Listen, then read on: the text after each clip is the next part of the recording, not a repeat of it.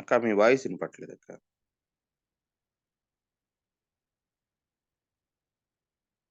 Unmute చేసుకోండి please.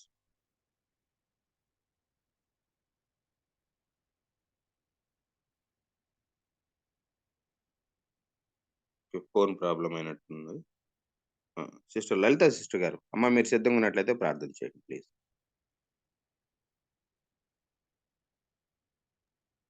Praise lord brother. ప్రార్థన చేయండి అమ్మా, వాక్యం కోసం. ఇప్పుడు వచ్చిన అందరికీ వందనాలండి. కృపా సత్య సంపన్నుడు మా దేవ, ప్రేమ పూడని మా తండ్రి, జీవం కలిగిన యేసయ్య, పాదముల స్థుతులు స్తోత్రములునైనా అవును మిక్కిలిగా ప్రేమించిన మా ప్రియ పరలోకపు తండ్రి, మీకు వందనాలు స్తోత్రాలు ప్రభా. ఇప్పటి వరకు నా తండ్రి దేవ, ఈ జూమ్లో జాయిన్ అయిన ప్రతి ఒక్క బిడ్డ ప్రార్థన విన్నపములు కానీ నాయన అయ్యా పాటల ద్వారా కానీ నా తండ్రి మిమ్మల్ని మహిమపరిచినందుకే మీకు వందనాలు స్తోత్రాలు. అపస్తుల విశ్వాసం కూడా నా తండ్రి దేవ మీకు మహిమకరంగా జరిగించుకున్నందుకే మీకు వందనాలు స్తోత్రాలు ప్రభా. ఇదిగో నైనా వాక్య భాగములకు వెళ్ళబోచుండగా ప్రభా అయ్యా మీ బిడ్డను మీ సిలువ చాటున మరుగుపరుచుకుని నాయనా మీ వాక్యం ద్వారా మీరు మాతో మాట్లాడండి ప్రభా. అయా మీ జ్ఞాన ఆత్మలతో తండ్రి మీ బిడ్డను నింపమని వేడుకొంచున్నాను తండ్రి. మీ నోటి బోరగా మీరు వాడుకోండి నాయనా, మీరు మాత్రమే తండ్రి, మీరు మాతో మాట్లాడమని వేడుకొంచున్నాను తండ్రి. మీకు వందనాలు స్తోత్రాలు. అయ్యా మాకు వినగలిగేటటువంటి చెవులు నైనా, గ్రహించగలిగే మనసు మీరు మాకు దయచేయండి ప్రభా. ఎందుకంటే తండ్రి దేవా మా హృదయాల్లో మీ వాక్యం మేము పదిలపరుచుకొని నాయన ఈ లోకంలో జీవించాలంటే తండ్రి ఆ లోకం భయంకరమైనటువంటి పరిస్థితిలో ఉంది ప్రభా. నాయన మీ వాక్యాన్ని మా హృదయాల్లో ఉంచుకొని నాయన అయ్యా మాకు మేము తండ్రి దేవా మీకు సాక్షాత్మైన జీవితం జీవించాలంటే తండ్రి మీ వాక్యాన్ని మా హృదయంలో ఉంచుకోగలగాలి ప్రభా. సాయం చేయండి దేవా, మీరు మాతో మాట్లాడమని వేడుకొంచున్నాను నాయన. మీ వాక్యం మమ్మల్ని బ్రతికిస్తుంది కనుక ప్రభా, ఇక మీ వాక్యం మమ్మల్ని సేద తీరుస్తుంది తండ్రి నాయన. మాకు తండ్రి మమ్మల్ని బ్రతికిస్తుంది ప్రభా. అయ్యా మీకు వందనాలు స్తోత్రాలు చెల్లించుకుంటున్నాం తండ్రి. మీకు వందనాలు స్తోత్రాలు కనుక తండ్రి మీరు మాతో మాట్లాడమని వేడుకుంటున్నాను దేవా. అయ్యా కుడి వచ్చిన ప్రతి ఒక్క బిడ్డ మీకు వందనాలు. ప్రతి ఒక్క బిడ్డ ప్రార్థన విన్నపంలో మీరు ఆలకించమని వేడుకొంచు.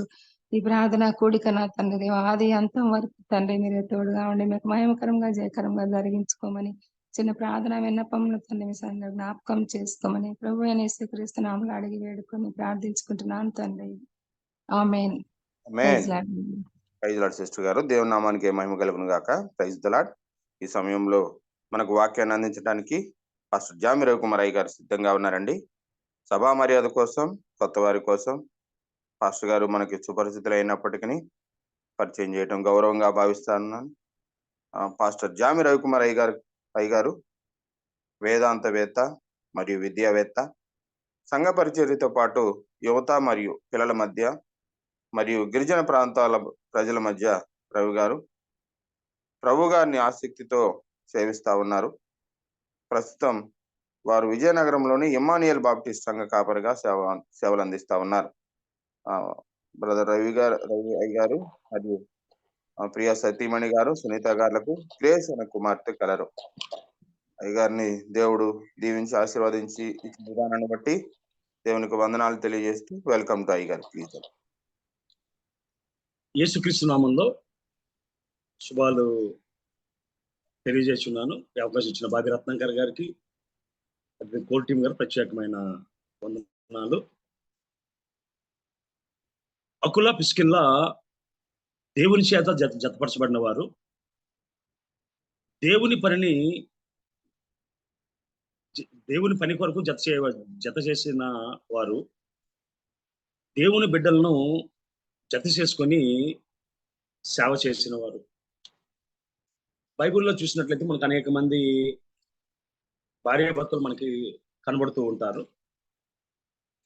అందులో కలిసి సేవ చేసిన వారి సంఖ్య కన్నా, దేవునికి అనుకూలంగా ఉన్న వారి సంఖ్య కన్నా, దేవునికి ప్రతికూలంగా ఉన్న వారి సంఖ్య చాలా ఎక్కువ.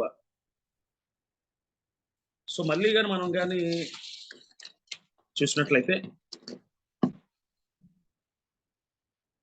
ఆదాము అవ్వల యొక్క జీవితాన్ని మనం పరిశీలన చేసినట్లయితే,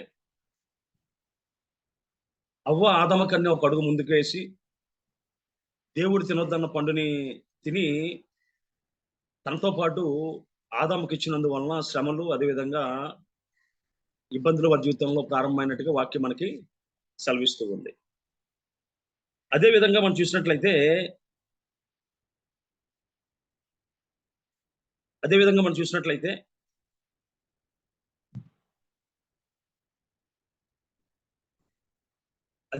చూసినట్లయితే లోతు, అదేవిధంగా అతని భార్య, లోతు భార్యను ముందుకు చూసుకుంటూ నడవమని చెప్పిన సందర్భంలో ఆమె వెనక్కి చేసి ఉపసమైనట్టుగా వాక్యం మనకి సెలవిస్తూ ఉంది. అదేవిధంగా కొత్త నిబంధన గ్రంథంలో కానీ మనం చూసినట్లయితే పరిశుద్ధాత్మ బహుబలంగా పనిచేస్తున్న కాలంలో చాలా మంది దేవుని యొక్క బిడ్డలు తమ చరచరాస్తులను నమ్మి అపోస్తుల పాదాల యొద్ద పెడుతున్న సందర్భంలో అన్నయ్య సప్యారులు పొరపాటు చేసి బైబిల్ చెప్తుంది, మీరు పరిశుద్ధాత్మను మోసపుచ్చుటకు ఎందుకు మీరు ప్రయత్నం చేశారు అనే మాట అపోస్తులైన పేతురు చెప్పి వారిని గద్దించినట్టుగా వాక్యం మనకి సెలవిస్తూ ఉంది. ఆ వాక్య భాగాన్ని చూసినట్లయితే ఈ విధంగా రాయబడి ఉంది. 5:3 అపోస్తుల కార్యాలు. అప్పుడు పేతురు, అన్నయ్య, నీ భూమి వేళలో కొంత దాచుకొని పరిశుద్ధాత్మను మోసపుచ్చుటకు సాతాను ఎందుకు నీ హృదయమును ప్రేరేపించెను? అది నీ వద్ద ఉన్నప్పుడు నీదే కదా అన్నట్టుగా అక్కడ వాక్యం మనకి తెలియజేస్తూ ఉంది అక్కడ. సో విధంగా మనం చూసినట్లయితే, అంతేకాకుండా రాజుల గ్రంథంలో కూడా మనకి ఇంకొక జంట మనకి కనబడుతుంది. వారిద్దరుగా చూసినట్లయితే 1వ రాజుల గ్రంథం 21వ అధ్యాయంలో చూసినట్లయితే, ఆ సంగతులైన తర్వాత యెజ్రెయేలులో షోమ్రోను రాజును అహాబు నగరును ఆనుకొని యెజ్రెయేలు నాబోతు ఒక ద్రాక్ష తోట కలిగి ఉండగా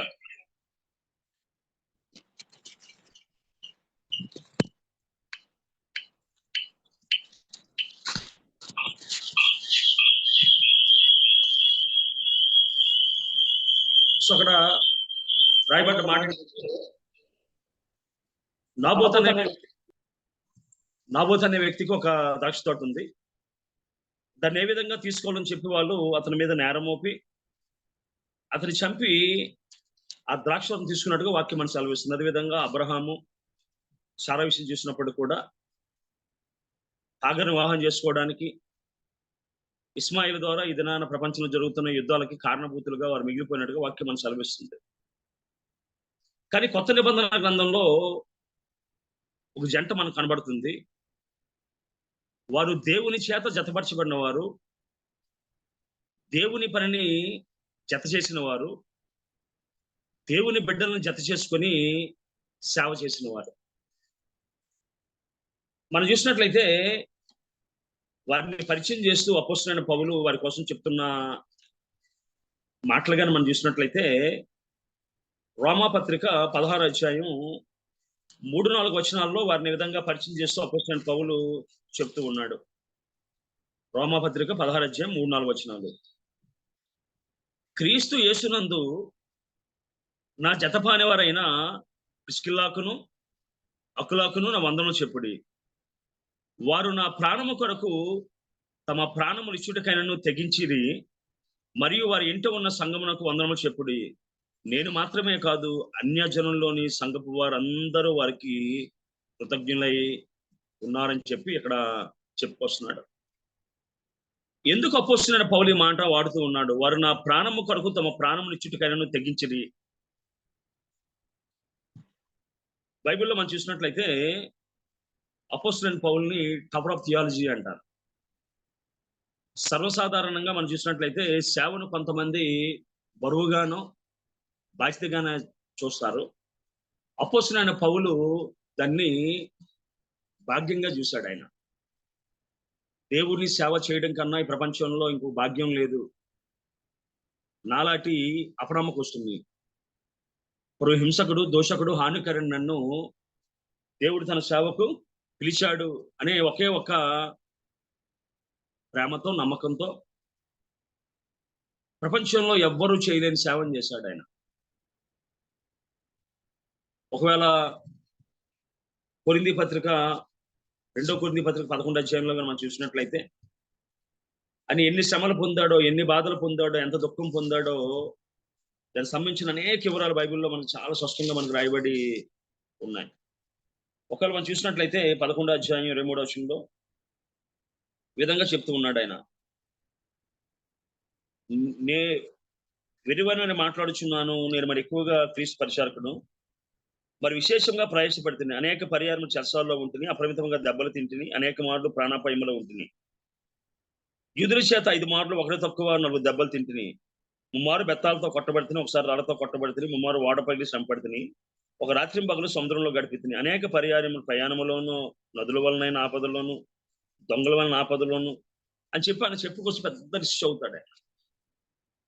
అంతేకాకుండా ఆయన దెబ్బలు కాసినప్పుడు, నిన్నే కదా దెబ్బలు కొట్టు, ఎందుకు ఈ పని చేస్తున్నావు అంటే ఆయన ఒకే మాట అనేవాడు, క్రీస్తు ప్రేమ నన్ను బలవంతం చేస్తుంది అనేవాడు.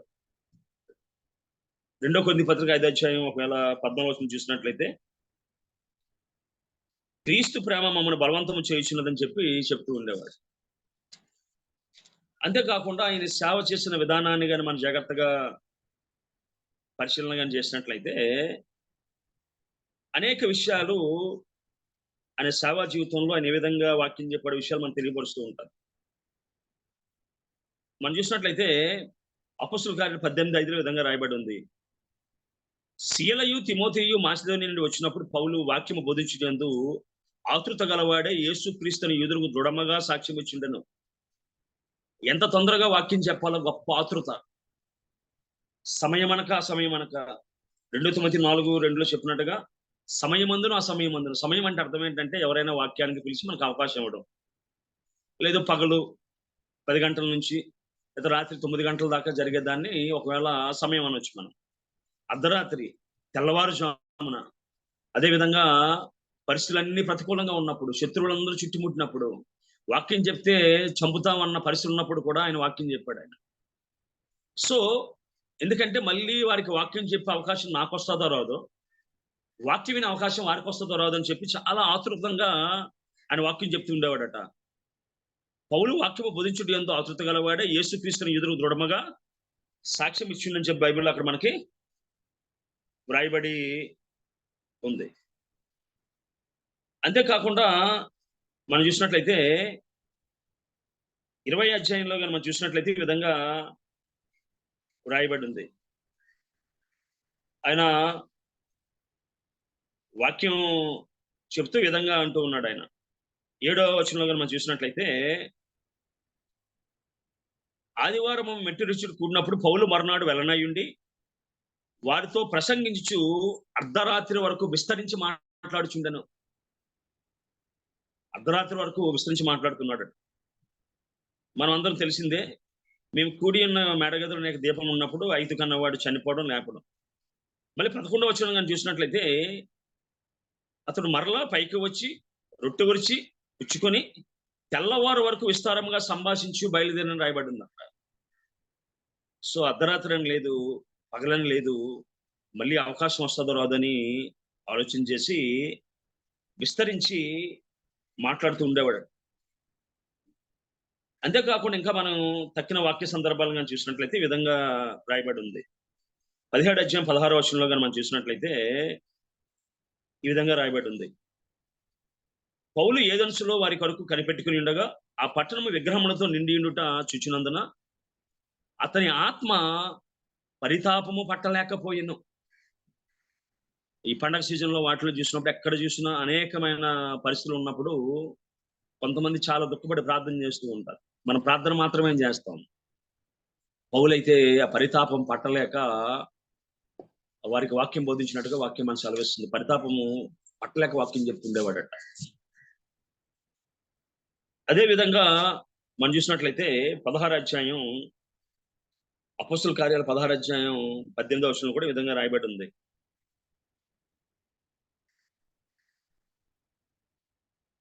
17వ వచనం చదువుతున్నాను, ఆమె పౌలును మమ్మను వెంబడించి నీ మనుషులు సర్వోన్నతుని దేవుని దాసులు, వీరు మీకు రక్షణ మార్గం ప్రచురించిన వారు ఉన్నారని కేకలు వేసి చెప్పాను. ఆమె ఇలాగ అనేక దినములు చేయుచుండను గనుక పౌలు వ్యాఖ్యలపడి దాని వైపు తిరిగి నువ్వు ఈమెను వదిలిపోమ్మని యేసుక్రీస్తు నామమున ఆజ్ఞాపించున్నాను దెయ్యముతో చెప్పిన వెంటనే అది ఆమెను వదిలిపోయాను. సో ఎవరైతే శ్రమలో ఉన్నారో, బాధల్లో ఉన్నారో, ఇబ్బందుల్లో ఉన్నప్పుడు వారిని చూసినప్పుడు ఆయన వ్యాఖ్యలు పడిపోతూ ఉండేవాడట. ఆయన ఆ వ్యాఖ్యలు పడి ఆయన వారిని విడిపించేటట్టుగా మనకి వాక్యం మనకి చెప్తూ ఉంది. అంతేకాకుండా మనం చూసినట్లయితే అపోస్తుల కార్యాల గ్రంథం 14వ అధ్యాయం 13వ వచనంలో కానీ మనం చూసినట్లయితే మూడో వచనం ఈ విధంగా రాయబడి ఉంది. కాబట్టి వారు ప్రభువును ఆనుకొని ధైర్యముగా మాట్లాడుచు అక్కడ బహుకాలం గడిపిరి. ప్రభు వారి చేత సూచక్రియలను అద్భుత క్రియలు చేయించి తన కృపావాక్యముకు సాక్ష్యం ఇప్పించునని రాయబడి ఉంది.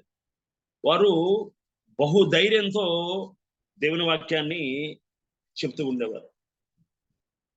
అంతేకాకుండా అపోస్తలుడైన పౌలు గారి యొక్క ఆశ ఏంటంటే తనకివ్వబడ్డ కాలంలో, తనకివ్వబడ్డ ప్రాంతంలో సువార్తను ముగించాలని చెప్పి ఆయన ఎక్కువగా ఆశపడుతూ ఉండేవాడు ఆయన. అంతేకాకుండా ఇంచుమించుగా తన సేవా జీవితాన్ని ఆ విధంగానే ఆయన చేసినట్టుగా వాక్యం మనకి తెలియజేస్తూ ఉంది. ఎందుకంటే పౌలు గారు ఎప్పుడు వాక్యం చెప్పినా అది చివరి అవకాశం అనుకుంటూ ఆయన చెప్తూ ఉండేవాడు. కారణం ఏంటంటే అందులో ఉన్న విలువ, మర్మము ఆయన ఎరిగినవాడు ఆయన. కాబట్టి ఆయన వాక్యం చెప్పినప్పుడు చాలా ఆతృతగా వాక్యం చెప్తూ ఉండేవాడు. అంతేకాకుండా ఆయనున్న ప్రదేశంలో వాక్యము బహు విస్తారంగా అది ప్రబలుతూ ఉండేదట. ఎందుకంటే తనకి దేవుడు అనుగ్రహించిన ప్రతి ఆశీర్వాదాన్ని, ప్రతి పరిస్థితిని ఆయన వినియోగించుకుంటూ చాలా బలంతో ఆయన వాక్యం చెప్తూ ఉండేవాడు. ఎందుకు ఈ మాటలన్నీ చెప్తూ ఉన్నానంటే అపోస్తలుడైన పౌలు గారితో సేవ చేయడం సులువైన పనేం కాదు. అది మా చిన్నప్పుడు తెలుగులో సామెత ఉండేది, ఇంటి మీద రాయి విసిరి వీపు అడ్డు పెట్టారని చెప్పి. ఇంటి మీద రాయి విసిరి వీపు అడ్డు పెడితే ఖచ్చితంగా వీపు అనేది పగులుద్ది. అదేవిధంగా అపోస్తలుడైన పౌలు గారు ఆయన వాక్యం చెప్పిన సందర్భాలు కానీ, అదేవిధంగా ఆయన వాక్యాన్ని చెప్పడానికి ఎన్నుకున్న విధానం కానీ, ఇవన్నీ మనం చూసినప్పుడు అవన్నీ కూడా ప్రమాదంతో కూడినవే, సమస్యతో కూడినవే, ఇబ్బందితో కూడినవే. మన బైబిల్లో కానీ మనం చూసినట్లయితే, అపోస్తలుల కార్య గ్రంథంలో కానీ మనం చూసినట్లయితే అపోస్తలుడైన పౌలు, శీల గారు దేవుని సేవను చేస్తూ ఉండేవారు వాళ్ళు. అందులో శీల గారిది ప్రేక్షక పాత్ర. ఈయనేమో బహుబలమైన మాటలు పనులు చేస్తూ ఉండేవారు ఆయన. మనం చూసినట్లయితే ఈ 16వ అధ్యాయంలో మనం చూసినట్లయితే రాయబడ్డ మాట ఏంటంటే, చూద్దాం 19వ వచనంలో మనం చూసినట్టు ఇందాక చెప్పినట్టుగా కూతురును దెయ్యం పట్టిన ఆ యొక్క బిడ్డను యవనస్త్రీని విడిపించిన తర్వాత 19వ వచనం, ఆమె యజమానులు తమ లాభసాధనం పోయినని చూచి పౌలును శీలను పట్టుకొని గ్రామం చావడానికి అధికారులకు విడుచుకొని పోయేది. అంతేకాకుండా 22వ వచనం, అప్పుడు జనసొమ్ము వారి మీద దొమ్మిగా వచ్చును, న్యాయాధిపతులు వారి వస్త్రము లాగివేసి వారి బెత్తముతో కొట్టుమని ఆజ్ఞాపించింది. వారు చాలా దెబ్బలు కొట్టి వారిని చెరసాలలో భద్రముగా కనిపెట్టవాలని చెరసాల నాయకునికి ఆజ్ఞాపించింది. అతడు ఆజ్ఞ పొందిన వారిని లోపల చెరసాలలో త్రోసి వారి కాళ్ళకు బొండలు బిగించాను. అయితే మధ్యరాత్రి వేళ పౌలును శీలను దేవునికి ప్రార్థన చేయొచ్చు, కీర్తనలు పాడుచుండదు, ఖైదీని వినిచుండదు. ఈ సందర్భాన్ని జాగ్రత్తగా మనం చూసినట్లయితే ఈ జరిగిన మొత్తం యొక్క ఎపిసోడ్ లో మనం చూసినట్లయితే శీల గారు కేవలం పాక్షిక పాత్ర వహించారు. ఆ పక్కనున్నారు అంతే, అంతకు మించి ఆయన చేసింది ఏం లేదు. కానీ పౌలు గారు చేసిన కార్యాన్ని బట్టి ఆయన దెబ్బలు కాయవలసి వచ్చింది, చెరసాల్లో వేయవలసి వచ్చింది. అదేవిధంగా చాలా సందర్భాలు మనం చూసినట్లయితే కొంతమంది ఛాలెంజ్ చేసే సేవకులు మనకి ఉంటారు. వాళ్ళతో వెళ్ళినప్పుడు ఏమవుతుందంటే ఖచ్చితంగా గొడవకు అది కారణం అవుతూ ఉంటుంది. అది మన చాలా మంది విశాఖపట్నంలో కూడా చాలా మంది మనకి అటువంటి సేవకులు కొంతమంది ఉన్నారు. మనకి సవాలు విసురుతూ ఉంటారు. సవాలు విసిరినప్పుడు ఖచ్చితంగా సమస్య అనేది మనకు వస్తూ ఉంటుంది. సో అపోస్తలుడైన పౌలు గారు కూడా ఎక్కువ సందర్భాల్లో ఈ సవాలుతో కూడిన సేవం చేస్తూ ఉండేవాడు ఆయన. ఈ సందర్భంలో దెయ్యాన్ని వెళ్ళగొట్టి లాభసాధనం పొందిన చెరసాల్లో వేయించారు. అదేవిధంగా 19వ అధ్యాయంలో మనం చూసినట్లయితే గొప్ప అల్లరి పుట్టింది. ఎప్పుడంటే చూద్దాం ఒకసారి. ఎప్పుడైతే ఆయన విగ్రహాలకు సంబంధించిన విషయాలు బోధించినప్పుడు, ఎప్పుడైతే వారి వ్యాపారం అనేది దెబ్బతిందో, ఆ వ్యాపారం దెబ్బతిన్న వారు ఈయన మీద తిరుగుబాటు వాళ్ళు చేయడం ప్రారంభించారు. ఆ తిరుగుబాటు చేయడం ప్రారంభించిన వలన పట్టణంలో గొప్ప అల్లరి పుట్టిందని చెప్పి వాక్యం మనకు అక్కడ చెప్తూ ఉంది. అంతేకాకుండా మనం చూసినట్లయితే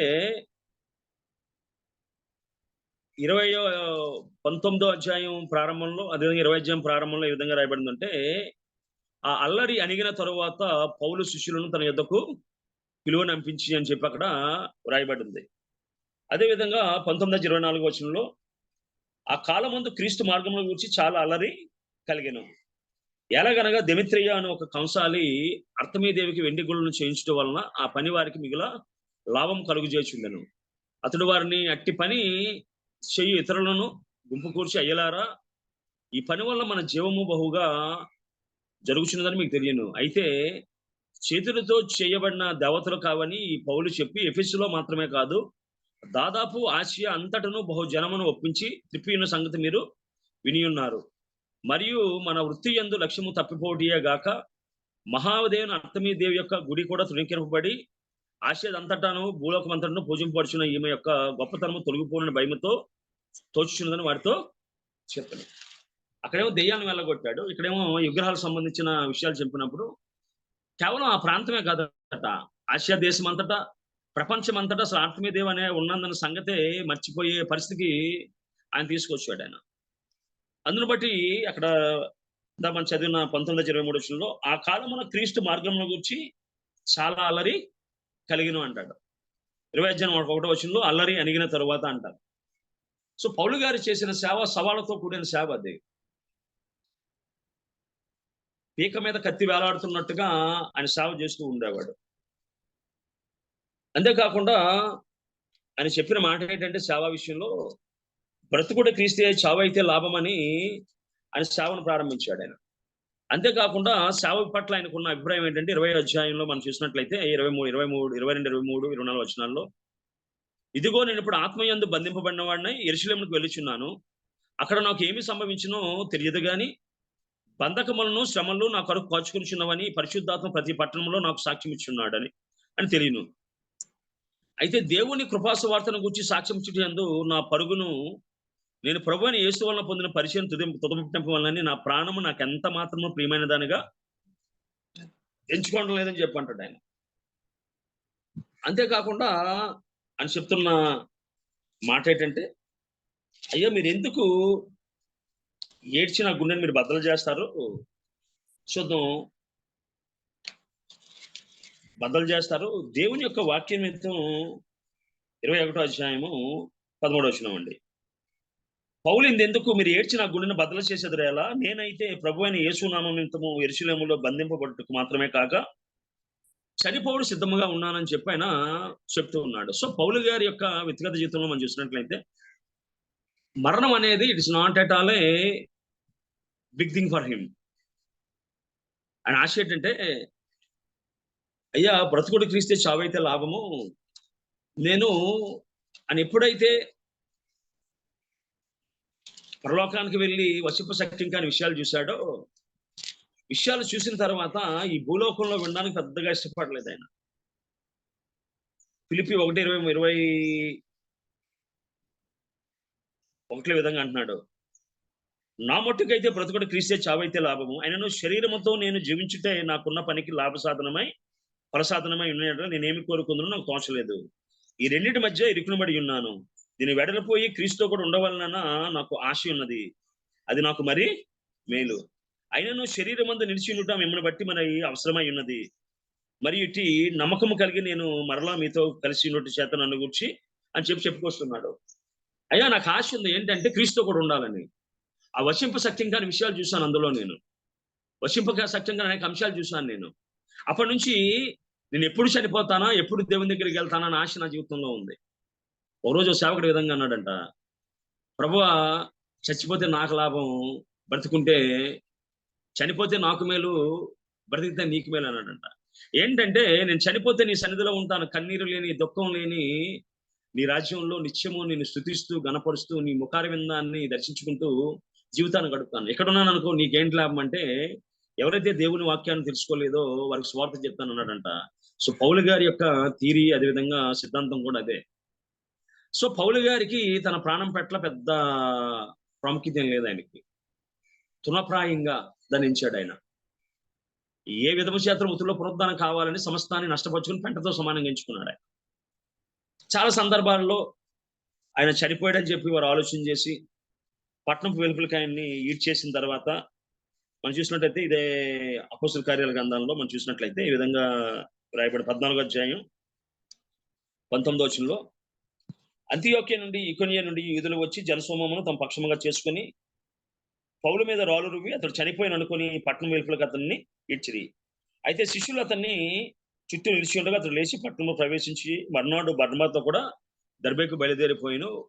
వారు ఆ పట్టణంలో సువార్త ప్రకటించి అనేకులు శిష్యులుగా చేసేది. సో ఇటువంటి వ్యక్తితో వీరు సేవ చేయడానికి ఇష్టపడ్డారు. మన తెలుగులో సామెత ఉంది, కురువుతో తలగొక్కడం అని. అంటే కాలుతున్న నిప్పిని ఒకవేళ తలకు రాసుకుంటే ఏమవుద్దంటే ఖచ్చితంగా అది కాలిపోతుంది. ఈ అకుల పిస్కిల్లాలు వారు ఇటలీ నుంచి వచ్చారు. వాళ్ళు ఇటలీకి ముఖ్య పట్టణమైన రోమ్. ఒకప్పుడు బ్రిటిష్ వారు ఏ విధంగా అయితే బ్రిటిష్ రాజ్యాన్ని ఏమనేవారంటే ద్రవ్యస్తమించిన బ్రిటిష్ సామ్రాజ్యం అనేవారు. రోమ్ కోసం మనం చూసినట్లయితే all roads are leads to Rome అని చెప్పి అనేవారు. ఎందుకంటే బ్రిటిష్ వారి కన్నా ముందు యావత్ ప్రపంచాన్ని రోము పరిపాలన చేసింది. వారి సంస్కృతి, వారి భాష, వారి సాంప్రదాయాలు విస్తృతంగా ప్రపంచం అంతా వ్యాప్తి చేశారు వారు. అటువంటి సమయంలో వీరు పట్టచేత పట్టుకొని ఆ ఇటలీ దేశంలో బతకడానికి వారు వెళ్ళారు. పాపం వెళ్ళిన తర్వాత ఆ చక్రవర్తి ఆజ్ఞించాడు ఏమని, ఎవరైతే బతుకు తెరువు కోసం మా దేశం వచ్చారో యూదులందరూ కూడా మా ప్రాంతాన్ని విడిచిపెట్టి వెళ్ళిపోవాలని. 18వ అధ్యాయం 2వ వచనంలో, యూదులందరూ రోమా విడిచి వెళ్ళిపోవాలని క్లౌదియ చక్రవర్తి ఆజ్ఞాపించినందున వారు ఇటలీ నుండి కొత్తగా వచ్చిన వారు. ఒకప్పుడు జీవనోపాధి కోసం వెళ్ళారు. ఒకప్పుడు కువైట్ నుంచి ఇండియన్స్ వెళ్ళిపోమని చెప్పి వాళ్ళు హెచ్చరించారు. ఆ మధ్యకాలంలో ముంబైలో బీహార్ వారిని వెళ్ళిపోమని చెప్పి హెచ్చరించారు.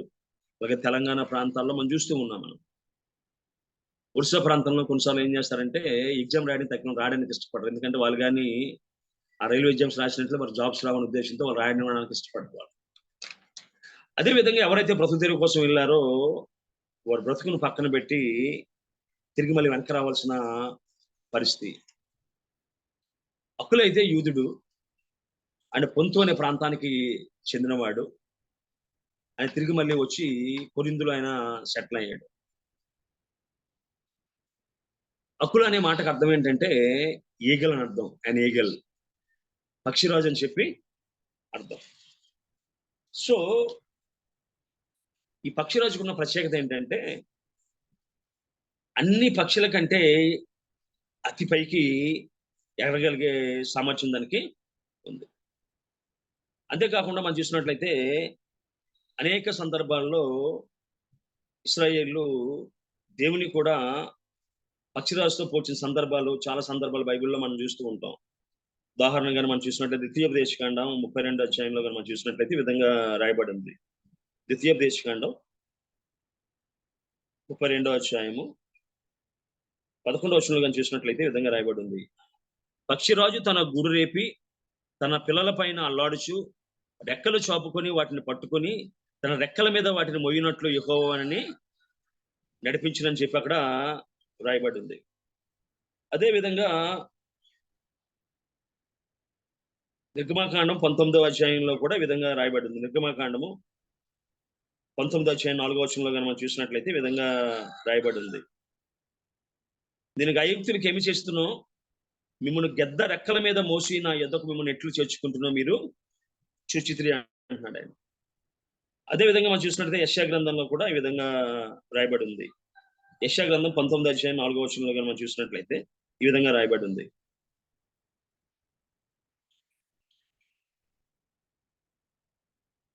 నేను ఐగుప్తుల క్రూరమైన అధికారికి అప్పగించదని అని చెప్పుకొస్తూ, అయ్యా మిమ్మల్ని నేను ఏ విధంగా కాపాడాననే విషయాన్ని అక్కడ దేవుడు మనకి 31:5 పక్షులు ఎగురుచు తమ పిల్లలను కాపాడునట్లు సైన్యులకు అధిపతి యెహోవా యెరూషలేమును కాపాడును, దాన్ని కాపాడుచు విడిపించును, దానికి ఏ హాని చేయక తప్పించును చెప్పి రాయబడి ఉంది.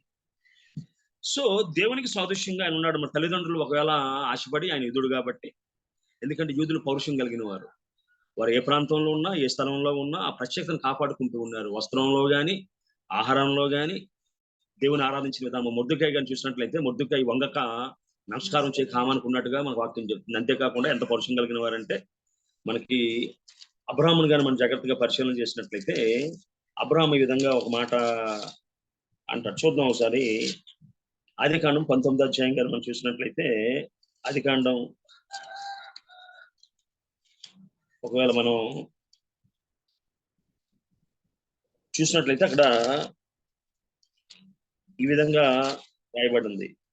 ఎప్పుడైతే తన తమ్ముడైన లోతును వారు తీసుకొని వెళ్ళిపోతారో ఉన్నప్పుడు ఆయన తిరిగి మళ్ళీ వారిని విడిపించే విధంగా అంటున్నాడు. 14:22 రాయబడింది.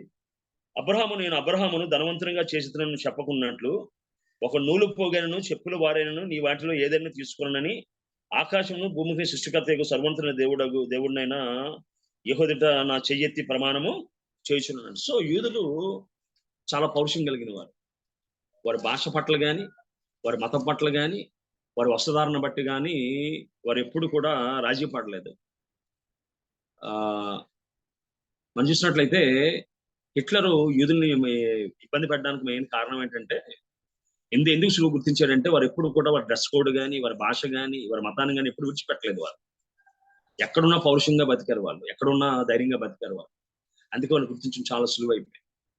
సో వీళ్ళు కూడా యూదుడు తన మతాన్ని కానీ తన యొక్క జీవన విధానం కానీ ఎప్పుడు కూడా మార్చుకోలేదు ఆయన. అందుకే కొరింథీలో ఆయన సేవ చేసినట్టుగా వాక్యం మనం సెలవిస్తుంది. అదేవిధంగా ప్రిస్కిల్లా అనే మాటకు అర్థం ఏంటంటే ఏన్షియంట్ అని, అదేవిధంగా పూజింపదగినదని చాలా మాటలు రాయబడ్డాయి బైబిల్లో. మనం చూసిన సందర్భంలో చూసినట్లయితే దేవునికి అనుకూలంగా సానుకూలంగా పనిచేసిన జంటల కన్నా దేవునికి ప్రతికూలంగా పనిచేసిన భార్యాభర్తలు ఎక్కువగా కనబడ్డారు బైబిల్లో మనకి. కానీ ఈ భార్యాభర్తలు కానీ మనం చూసినట్లయితే వారు కలిసి మెలిసి దేవుని సేవ చేసినట్టుగా వాక్యం సెలవిస్తుంది. కొన్నిసార్లు అప్పుల పిస్కిల్ అని రాయబడి ఉంటే, కొన్నిసార్లు పిస్కిల్ అప్పులు అని చెప్పి రాయబడ్డాయి. మొత్తం ఏదైనప్పటికీ వారిద్దరూ కలిసిమెలిసి దేవుని సేవలో ముందుకు సాగినట్టుగా వాక్యం సెలవిస్తుంది. ఇందాక మనం చెప్పుకున్న సందర్భంలో చూసినట్లయితే ప్రతికూల పరిస్థితుల్లో వారు పౌలు గారిని చేర్చుకున్నారు. వాళ్ళు ఇందా చూసాం మనం. ఒకటి, పౌలు గారిని బట్టి శీల చెరసాల్లో వేయబడ్డాడు. అదేవిధంగా పౌలు గారిని చేర్చుకున్న అనేక మంది సమాజ అధిపతులు. అదేవిధంగా మనం చూసినట్లయితే 18:17 అపోస్తల కార్యాల్లో అప్పుడు అందరూ సమాజ మందిరపు అధికారి అయిన సుశేషిస్తును పట్టుకొని న్యాయపీఠమిట కొట్టసాగిరి. సో పౌలు గారిని చేర్చుకున్న విధానాన్ని బట్టి, పౌలు గారితో సేవ చేసిన విధానాన్ని బట్టి అనేక మంది హింసించబడ్డారు, అనేక మంది సంపాటపడ్డారు. ఎందుకంటే పౌలు గారి వాక్యం చెప్పినప్పుడు ఆత్మవశుడు ఆయన ఉన్నట్టుగా చాలా ధైర్యంగా వాక్యం చెప్పేవాడు. రాజులని భయపడేవాడు కాదు, చక్రవర్తిని భయపడేవాడు కాదు ఆయన. మనం చూస్తాం అపోస్తల కార్య గ్రంథంలో కానీ మనం చూసినట్లయితే అగ్రిప్పరాజు అడుగుతాడు. 26వ అపోస్తల కార్యాలు 28వ. అందుకు అగ్రిప్పరాజా ఇంత సులభంగా నన్ను క్రైస్తవుని చేయజూచున్నావే అని పౌలుతో చెప్పాను. అందుకు పౌలు సులభముగానో దుర్లభముగానో తమరు మాత్రము కాదు, నేడు ఈ మాట వినివారందరూ నా బంధకములు తప్ప నా వలె ఉండనట్లు దేవుడు అనుగ్రహించిన కాక అని చెప్పి చాలా ధైర్యంగా అతనితో చెప్పినట్టుగా వాక్యం సెలవిస్తుంది. అంతేకాకుండా పౌలు గారి క్యారెక్టర్ ఏంటంటే, ఎవరితోనైనా సరే విభేదం వస్తే విభేదిస్తాడు ఆయన. నా స్నేహితుడు కదా, నాకు ఆహారం పెట్టాడు కదా, కలిసిమెలిసి ఉన్నాను కదా ఉండే స్వభావం అయింది కాదు. బైబిల్లో మనం చూసినట్లయితే ఒక 2 సందర్భాలలో ఏ బర్నబా అయితే తనని అంత్యోకు పిలిచి, ఎవరు చేర్చుకున్నప్పుడు సేవకు పిలిచి సేవ నేర్పించి ఇద్దరు కలిసిమెలిసి సేవ చేశారో వారితో విభేదం వచ్చినప్పుడు వీడిపడడానికి వాక్యం సెలవిస్తుంది. ఉదాహరణ అపోస్తలుల కార్యాల గ్రంథం 15వ అధ్యాయంలో మనం చూసినట్లయితే 37వ వచనం. అప్పుడు మారు పేరు గల యోహాను వెంటబడుకుని పోటుకు బర్నబా ఇష్టపడ్డాను. అయితే పౌలు పంపులియాలో పని కొరకు తమతో కూడా రాక తమను విడిచి వాడిని వెంటబెట్టుకుని పోవుట యుక్తం కాదని తలంచెను. వారిలో తీవ్రమైన వాదము కలిగినందున వారు ఒకరిని విడిచి ఒకరు వేరైపోయిరి. బర్నబా మార్కుని వెంటబెట్టుకుని వాడ ఎక్కి కుప్రాకు వెళ్ళను. పౌలు శిలను ఏర్పరచుకొని సోదరుల చేత ప్రభు కృపకు అప్పగించబడిన వాడే బయలుదేరి సంఘమును స్థిరపరచు సిరియా కిలికియా దేశముల ద్వారా సంచారము చేయుచుండని బైబిల్లో రాయబడింది. సో అప్పటి వరకు కలిసిమెలిసి ఉన్న బర్నబాతో ఆయన విభేదించాడు ఆయన. అంతేకాకుండా మనం చూసినట్లయితే గల్తీ పత్రికలో కానీ ఒకవేళ మనం చూసినట్లయితే గల్తీ పత్రికలో కూడా ఈ విధంగా రాయబడి ఉంది. ఎవరైతే సంఘానికి మూల స్తంభాలుగా ఉండి శిష్యులకు నాయకత్వం వహించు సాధిమ సంఘానికి నాయకుడిగా ఉన్నాడో ఆయనతో కూడా విభేదించాడు తేడా వచ్చినప్పుడు. గలతీ పత్రిక 2వ అధ్యాయం 11-14 వచనాల్లో మన విధంగా ఉంది.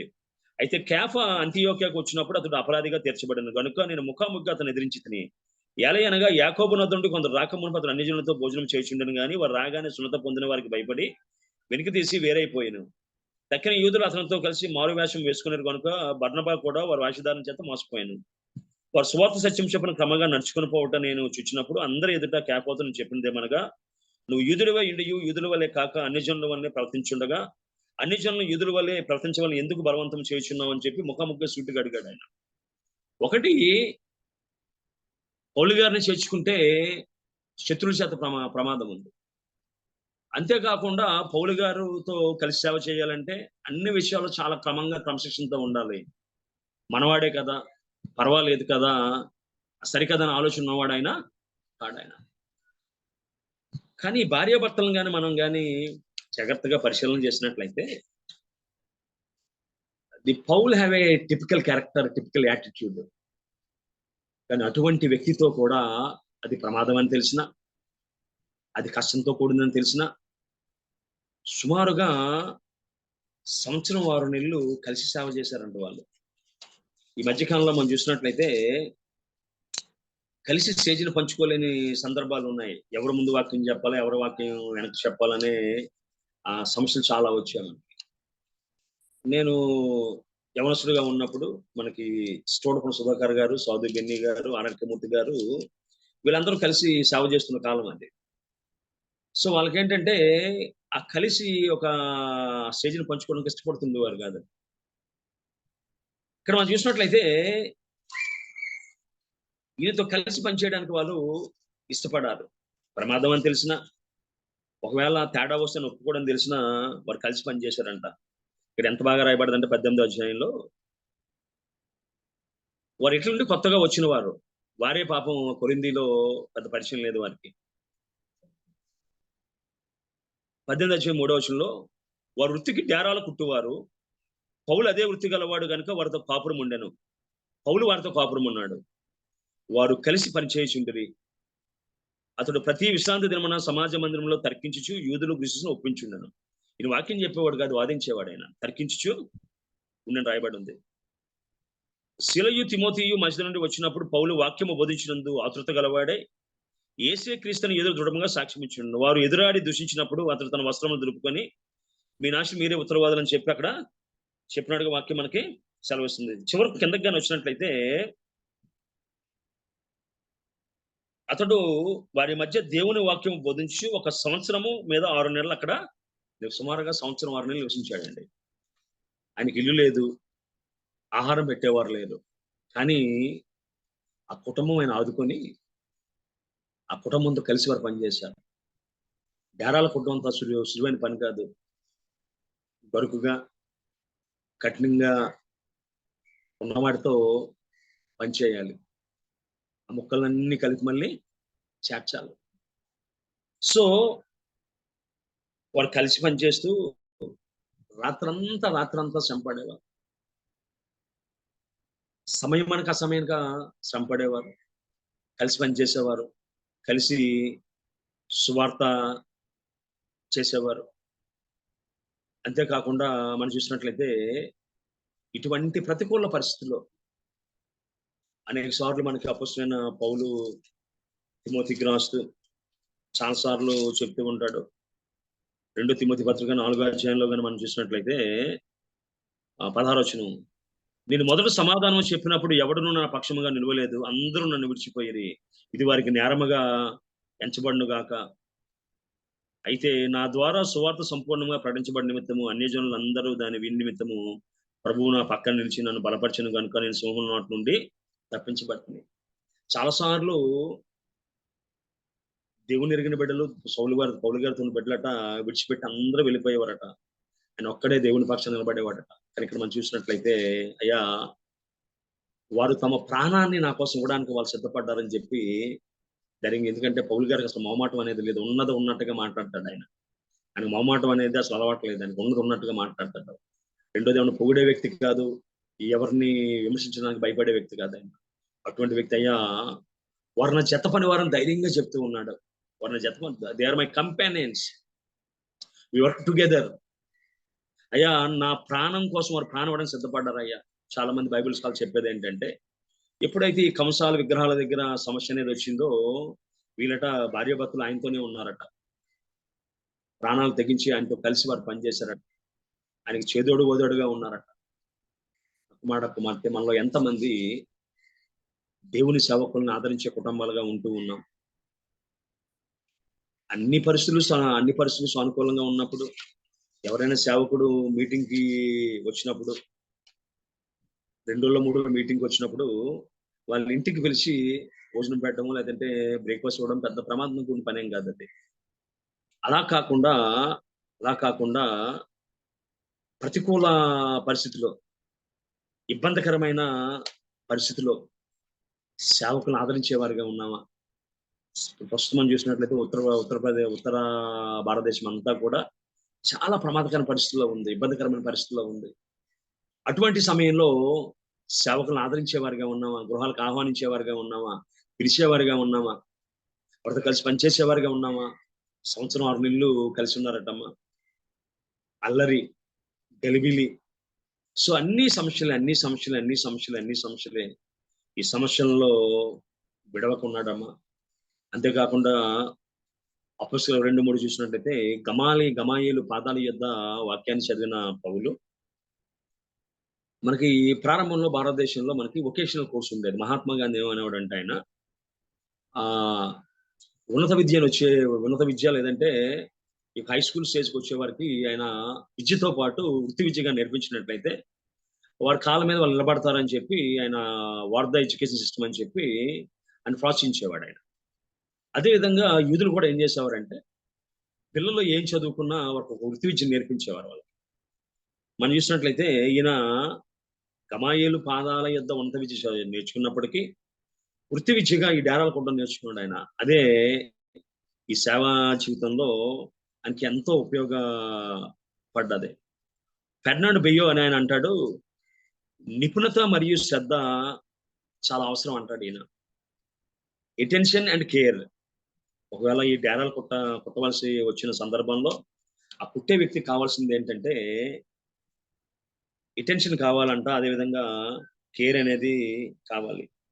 అంతేకాకుండా పౌలు గారి జీవితంలో, పౌలు గారి సేవా విధానంలో కానీ మనం చూసినట్లయితే ఆయన ఏ విధంగా కష్టపడాడో, ఏ విధంగా చేసాడో మనకు తెలియజేస్తాడు. చూద్దాం ఒకసారి 2 దశలోనిక పత్రిక 3వ అధ్యాయం 8వ వచనంలో మనం చూసినట్టు ఈ విధంగా చెప్తున్నాడు ఆయన, ఎవని యొద్దను ఉచితంగా ఆహారం పుచ్చుకొనలేదు, మేము మీలో ఎవనికి భారముగా ఉండకూడదని ప్రయాసముతోనూ కష్టముతోనూ రాత్రి మగలు పనిచేయచ్చు జీవనం చేసి అంటున్నాడు ఆయన.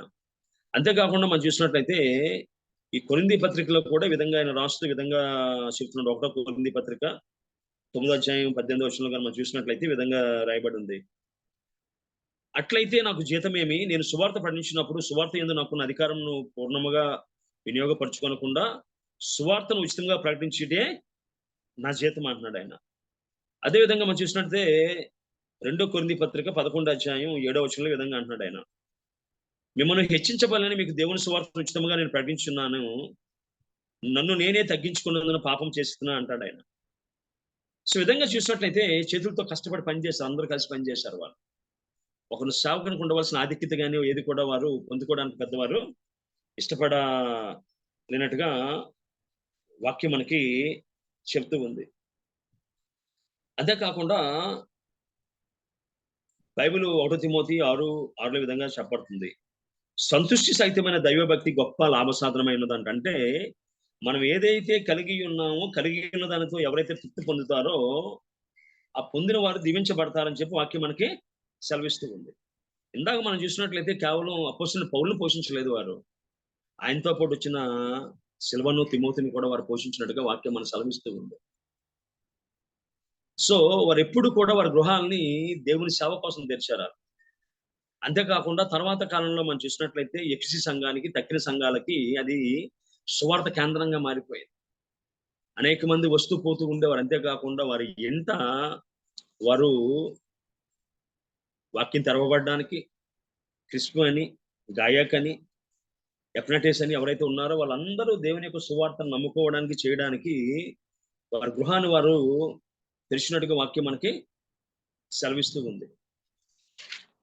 అంతేకాకుండా మనం చూసినట్లయితే వారు పౌలుతో కూడా వెళ్ళిన వారుగా కనబడుతున్నారు. 18వ అధ్యాయం ఒకవేళ 18వ వచనం కానీ చూసినట్లయితే పౌలు ఇంకనూ బహుదినములు అక్కడ ఉండి తర్వాత సౌదర్యతకు సెలవు పుచ్చుకొని తనకు మొక్కుబడి ఉన్నందున కెంక్రేలు తల వెంట కత్తిరించుకుని వాడ ఎక్కి సిరియాకు బయలుదేరాను.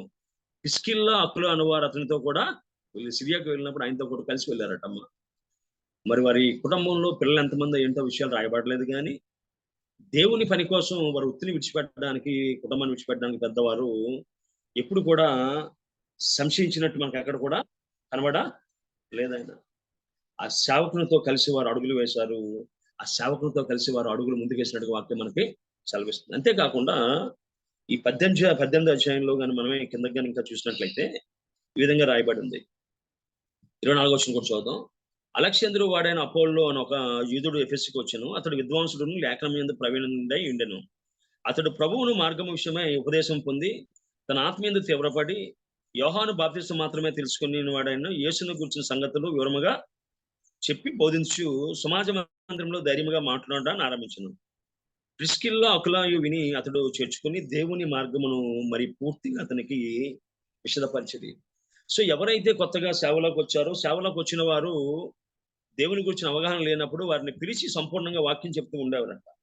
మనం చూసినట్లయితే అపోస్తలుడైన పౌలైనా అదే విధంగా యేసుక్రీస్తు అయినా వాక్యంలో ఎవరైతే వెనకబడి ఉన్నప్పుడు వారికి సంపూర్ణంగా లేఖనాలు బోధించడానికి వాక్యం సెలవిస్తుంది. ఒకవేళ మనం చూసినట్లయితే లూకాసు వార్త 24వ అధ్యాయం 27వ వచనంలో కానీ చూసినట్లయితే యేసుక్రీస్తు కోసం ఈ విధంగా రాయబడి చూద్దాం ఒకసారి.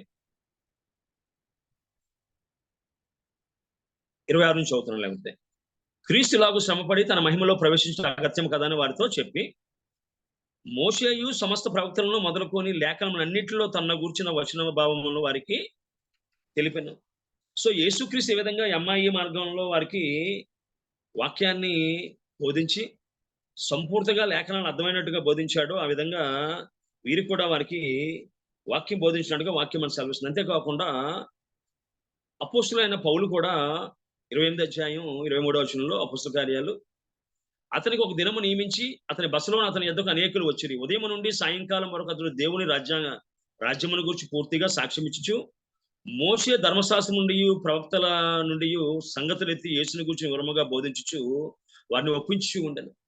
సో యేసుక్రీస్తు ఏదైతే సేవా మార్గాన్ని అనుసరించాడో, అపోస్తలుడైన పౌలు ఏదైతే సేవా మార్గాన్ని అనుసరించాడో వీరు కూడా అపోలోని చేర్చుకొని దేవుని మార్గాన్ని సంపూర్ణంగా బోధించినట్టుగా వాక్యం మనకి సెలవిస్తుంది.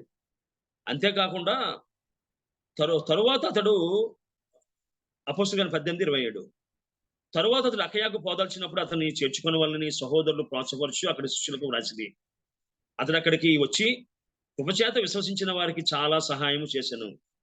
యేసుక్రీస్తుని లేఖనముల ద్వారా అతడు దృష్టాంతపరిచి యూదుల వాదమును బహిరంగముగాను గట్టిగాను ఖండితముగాను ఖండించు వచ్చిన రాయబడి ఉందమ్మ. ఒకటి, తమకంటే సేవలో బలంగా ఉన్న వారితో కలిసి సేవ చేశారు, తమకంటే సేవలో బలహీనంగా ఉన్న వారితో కలిసి సేవ చేశారు. నేను అనుకుంటాను వారికి సేవే ముఖ్యం తప్ప వ్యక్తులతో పెద్ద సంబంధం ఆయనకి లేదు. అపోస్తలుడైన పౌలు చెప్పినట్టుగా నాగడ మీద చేయి పెట్టి వెనక్కి తట్టి చూసే అలవాటు కానీ అవకాశం కానీ వారికి లేనట్టుగా వాక్యం మనకి సెలవిస్తుంది. అంతేకాకుండా వారు సేవ చేసిన ప్రాంతాన్ని జాగ్రత్తగా మనం పరిశీలన చేసినట్లయితే ఈ కొరింథీ ప్రాంతం అనేది చాలా సమస్యలతో కూడిన ప్రాంతం, అది చాలా ఇబ్బందులతో కూడిన ప్రాంతం. అది మనం చాలాసార్లు మనం ఆ ప్రాంతాలను గమనించినట్లయితే అది ఎప్పుడు కూడా సమస్యలతో ఉన్నదే. ఎందుకు రెండు ప్రత్యేకమైన ఉత్తరాలు వాళ్ళకి రాయవలసి వచ్చిందంటే, వారు దేవుని సన్నిధిలోకి అయితే వచ్చారు కానీ సమస్యలుగానే ఉన్నాయి. ఎందుకంటే అక్కడ ఎఫ్రోదయితు అనే ఒక దేవత ఉండేది. అక్కడ ఏంటంటే టెంపుల్ ప్రాస్టిట్యూషన్ అనేది వారు ఎంకరేజ్ చేస్తూ ఉండేవారు. మనకి ఏ విధంగా అయితే జోగిని వ్యవస్థ, అదేవిధంగా మాతంగి వ్యవస్థ, దేవదాసి వ్యవస్థ అని చెప్పి మనకి ఉండేదో, అక్కడ ఇటువంటి పరిస్థితులే ఉండేవి. అవి అటువంటి పరిస్థితుల్లో ఏమైందంటే చాలా మంది నావికులు, అదేవిధంగా వర్తకులు అక్కడికి వచ్చి ఆ వ్యభిచారపు మోజులో వారు పడుతూ ఉండేవారు. అటువంటి వారి మధ్య ఆయన సేవ చేసి అనేక మంది దేవుని యొక్క మందిరంలోకి ఆయన నడిపించుకొని వచ్చాడు ఆయన. సో ఎవరైతే ఈ యొక్క టెంపుల్ ప్రాస్టిట్యూట్స్ గా ఉన్నారో ఆ ఉన్న వ్యక్తులు దేవుని మందిరంలోకి వచ్చినప్పటికీ వారు ఏం చేసేవారంటే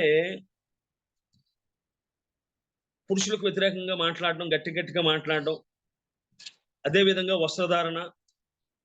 సో ఇవన్నీ ఉన్న పరిస్థితిని బట్టి ఈ యొక్క దాంట్లో స్త్రీలు మౌనంగా ఉండాలి, ఏవైనా డౌట్స్ కానీ ఉన్నట్లయితే వెళ్ళి భర్తలను అడగాలి అని అనేక విషయాలు చెప్పుకుంటూ వచ్చాడు. అంతేకాకుండా 1 కొరింథీ 6వ అధ్యాయం కానీ చూసినట్లయితే మనకి 15వ వచనంలో, మీ దేహములు క్రీస్తు యొక్క అవయములై ఉన్నవని మీరు ఎరుగురా, నేను క్రీస్తు యొక్క అవయమునకు తీసుకొని వేష యొక్క అవయములుగా చేయుదునా, అది ఎంత మాత్రమో తగదు.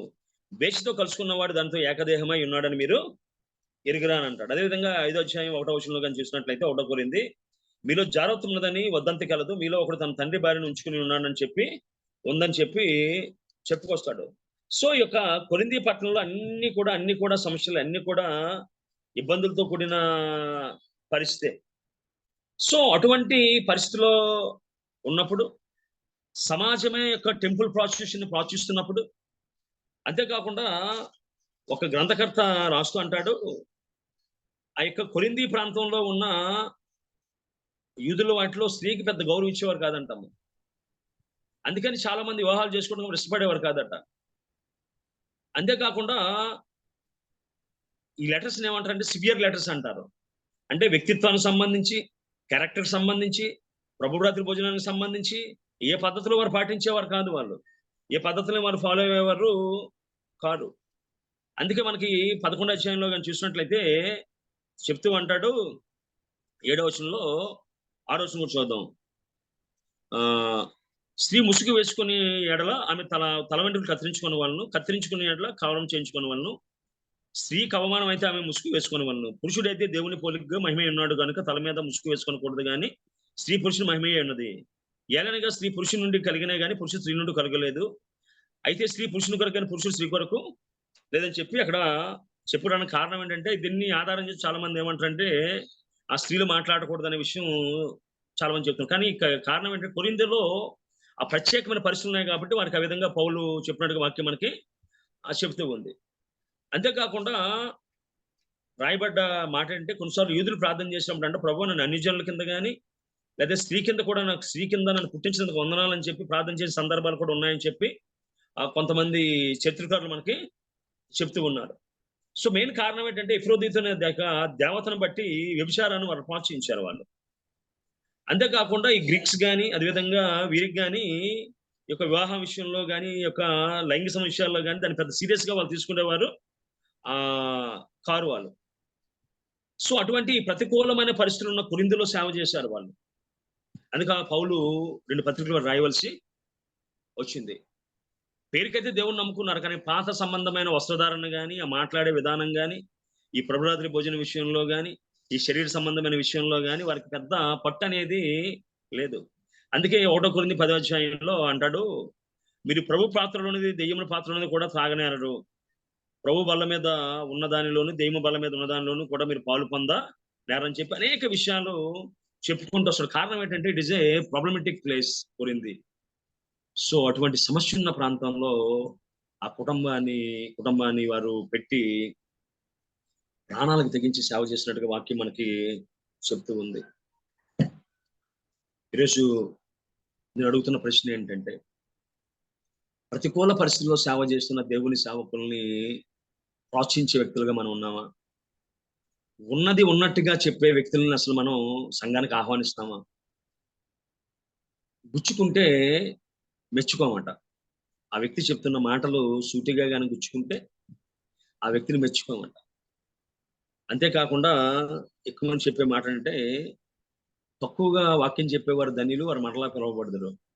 విమర్శ లేకుండా వాక్యం చెప్పేవారు ధన్యులు, వారు మరలా పిలువబడదురు. విమర్శిస్తే అదే ఫస్ట్, అదే లాస్ట్ అటం. బట్ వీరు మాత్రం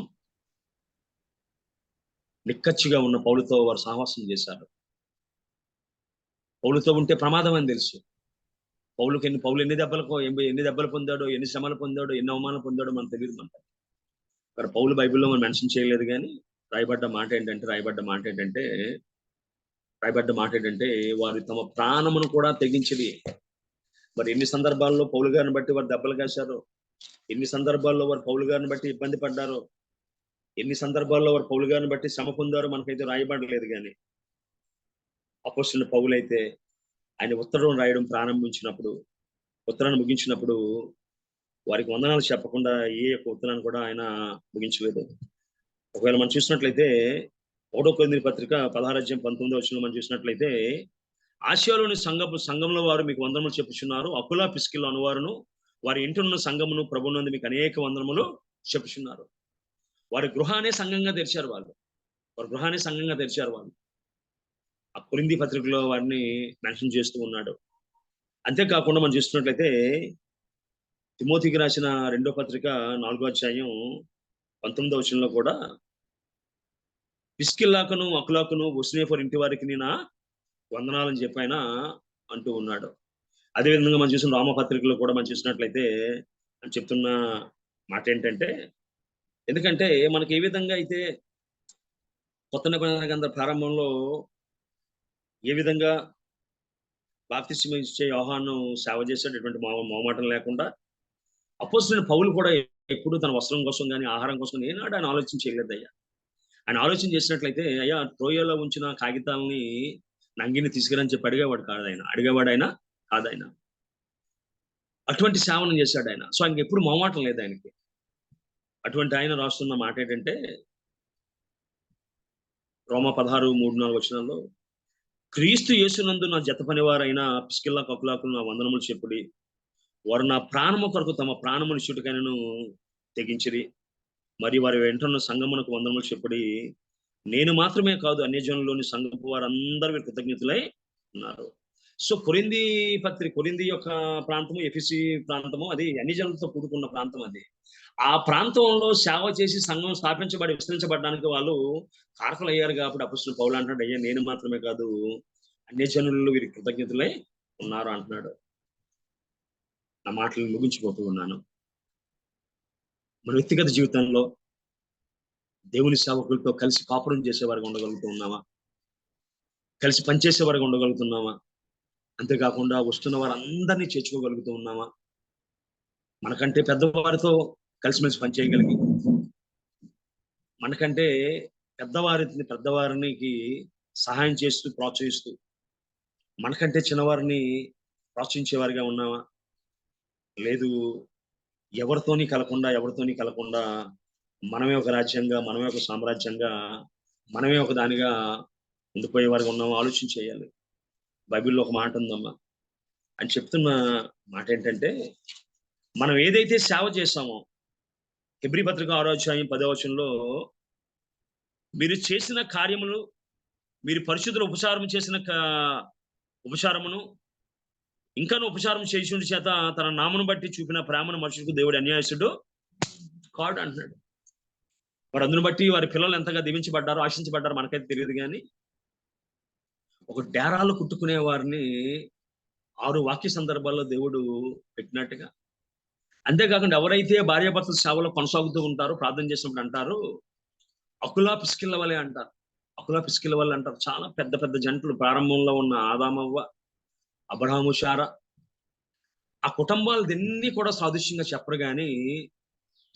చెప్పరు కానీ ఎవరైతే భార్యాభర్తలు కలిసి ఉన్నారో వారి కోసం చెప్పబడుతున్నారమ్మా. అబ్రహాం లింకన్, అదేవిధంగా వుడ్రో విల్సన్ అన్న ఆయన అమెరికా ప్రెసిడెంట్ పనిచేయాలి అంటారు, దేశ ఔన్నత్యం అనేది విజయవంతమైన వివాహాల మీద ఆధారపడి ఉంది అంటారు. నేనంటాను, ఒక సంఘం కానీ దాని సేవ కానీ విజయవంతమైన వివాహాల మీద ఆధారపడి ఉంది. బాబీ రత్నాకర్ గారు ఎబోర్డ్ ఆఫ్ పీస్ కానీ తక్కిన చేస్తున్నారంటే, శిలా గారు ఆయన కలిసి కుటుంబం అంతా కలిసి సేవ చేస్తున్నారు. ఎక్కడ సేవ విస్తరించబడ్డా, ఎక్కడ సేవ బలంగా జరుగుతున్నా, ఎక్కడ దేవుని కార్యం జరుగుతున్న కారణం ఏంటంటే, భార్యాభర్తలు దేవునికి భయపడేవారు అయితే, దేవునికి లోబడేవారు అయితే, దేవుని భయం కలిగిన వారైతే, దేవుని భక్తి కలిగిన వారైతే అంతా సవ్యంగా సక్రంగానే సాగిపోతుంది.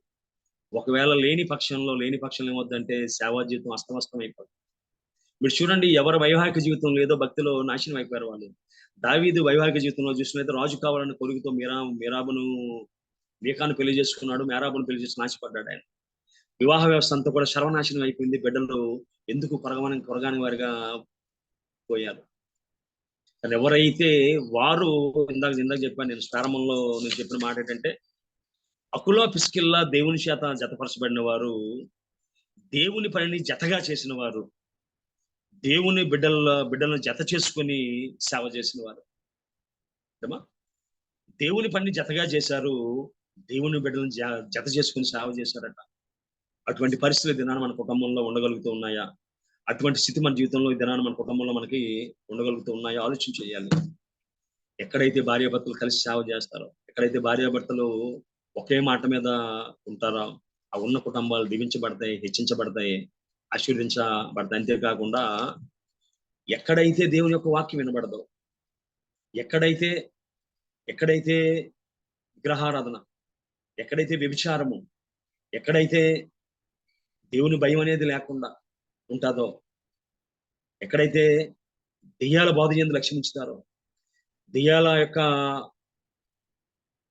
మాటల మీద లక్ష్యం ఉంచుతారో, ఆ ప్రాంతాల్లో బలమైన సేవ జరగాలంటే అకులా పిస్కిల లాంటి బిడ్డలు కావాలమ్మా.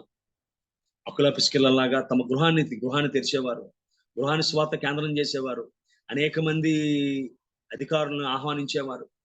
కేవలం పౌలు గారితో అయిపోలేదమ్మా. శీల వచ్చాడు, తిమోతి వచ్చాడు, ముగ్గురికి కావాల్సిన సమస్త సదుపాయాలు వారు ఏర్పాటు చేశారమ్మా. సంవత్సరంన్నర వారు కలిసి పనిచేశారట. అన్ని ప్రతికూల పరిస్థితులు. అంతేకాకుండా చెప్పుకున్నట్టుగా పౌలు సూటిగా మాట్లాడే వ్యక్తి. మరి ఎన్ని సూటిపూటి మాటలు అన్నాడు ఆయన, ఎన్నిసార్లు వారిని విమర్శించాడో, కానీ ఎప్పుడు మాకు ఎందుకులే అని చెప్పి అనుకోలేదు వారు. దేవుని పని, దేవుని సేవకుడు గద్దించడం తైలాభిషేకం అనుకున్నారు వాళ్ళు. దేవుని సేవకుడు గద్దించడం వారికి అభిషేకం అని చెప్పి అనుకున్నారు వాళ్ళు. కుమార్తె శునిమేరియల్ స్త్రీని గనురాలుగా ఎందుకించామంటే, సేవకుని పిలిచి తన గృహం గోడ మీద ఒక ఇంటిని కట్టి కావాల్సిన ఏర్పాట్లు చేసింది. వీరి పేరు ముందు గనులని రాయబడలేదు, కానీ వారు చేసిన పనులు చేస్తే వారు గనులుగానే ఎంచబడాలి. గనులు ఘనకార్యములు చేయటకు పూనుకుందని వాక్యం సెలవిస్తుంది. సో వీరు ఘనకార్యం చేశారు కాబట్టి దినాన్ని కొరింథీలో సంఘం ఉంది. వారు ఘనకార్యం చేశారు కాబట్టి దినాన్ని ఎఫెసులో సంఘం ఉంది. వారు ఘనకార్యం చేశారు కాబట్టి పౌలు, శీల, తిమోతులు దేవుని యొక్క సేవ చేయగలిగారు వాళ్ళు. ఎస్, సేవ చేసే సేవకులను ప్రోత్సహించే వారిగా ఉందామా? గృహంలో చేర్చుకునే వారిగా ఉందామా? ఆతిథ్యం చేయ మరొకటి. అయ్యా, అబ్రహాము తెలియక దేవదూతలకు ఆతిథ్యం ఇచ్చాడట. అదేవిధంగా ఫిబే కోసం చెప్తా అంటాడు, ఆతిథ్యం చేయ మరవద్దని చెప్పి అంటాడు ఆయన. మన వ్యక్తిగత జీవితంలో దేవుని సేవకులు మన గృహంలో ఉంటే భయభక్తులు మన బిడ్డలు పెరుగుతారు. దేవుని సేవకులు మనతో కలిసి ఉంటే రైట్ ఏదో రాంగ్ ఏదో మనం చెప్తారు మనకి. అంతేకాకుండా ఆయన వారితో పాటు కలిసి సేవ చేయగలిగే భాగ్యం మనకి దొరుకుతుంది. మనకి వాళ్ళ అట్టి కృప దేవుడు మనకి మన కుటుంబాలకి దేవుడు దయచేయను గాక. ప్రార్థన చేసుకుందాం. కొండలైనా లోయలైనా యేసుతో కొనసాగెదను. పౌలును సిలువను తిమోతిని చేర్చుకున్నప్పుడు కొండలైనా చాలా అలరి వచ్చింది, లోయలైనా చాలా సమస్యలు వచ్చాయి. యేసుతో కొనసాగెదను. పౌలు తర్కించి వచ్చిన తర్వాత ఎంతమంది వారి ఇంటికి వచ్చారు, అకులపిస్కల ఇంటికి వచ్చారు. నాశనమునకు జోగు వారిని క్రీస్తు ప్రేమతో రక్షించు. నాశనాన్ని నశిస్తున్న రక్షించబడాలంటే తెరవబడాలని నమ్మారు వాళ్ళు. మోక్షమునకు అనేక మంది రక్షించుకున్నారు కొన్ని ప్రాంతంలో. ప్రకటించు. వృత్తి కోసం, జీవనోపాధి కోసం అని ఆలోచించలేదు వారు.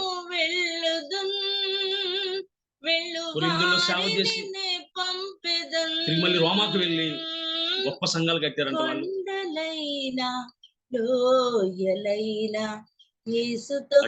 దేవుడు మనకి మన కుటుంబాలకు ఇచ్చింది కాక. ఎన్ని సమస్యలైనా, ఎన్ని బాధలైనా, ఇబ్బందులైనా సేవకులతో కలిసి పనిచేయదుము కాక. మన గృహాల దేవుని యొక్క సేవకుల కోసం తెరిచిదుముగా. నూతనంగా విశ్వాసం వచ్చిన వారికి లేఖనాలు బోధించదుము గాక. బహుమానము పొందు రీతిని కలయక వెనుదిరుగక. ఉదయమంతా డేరాలు కుట్టి అలాగే రాత్రి అంతా సేవ చేశారట. యేసుతో కొనసాగారు, సేవకుడైన పౌలుతో కొనసాగారు, సంఘంతో కొనసాగారు. అట్టి కృప దేవుడు మన దయచేయను గాక. ప్రార్థన చేసుకుందాం. పరిశుద్ధుడైన తండ్రి, నీ బంగారు పాదాలు పొందడం ప్రభు. అయ్యే కొరింది దేవతల ప్రభావ, సంఘం ప్రభావ అన్యాచారం నుంచి బయటకు వచ్చింది అయ్యా. అయ్యా టెంపుల్ ప్రాస్టిట్యూషన్, విపరీతమైన వస్తుధారణ, జారత్వము, వ్యభిచారము, దేవుడు అంటే భయం భక్తి లేని పరిస్థితులు, ప్రతికూల పరిస్థితులు ప్రభా.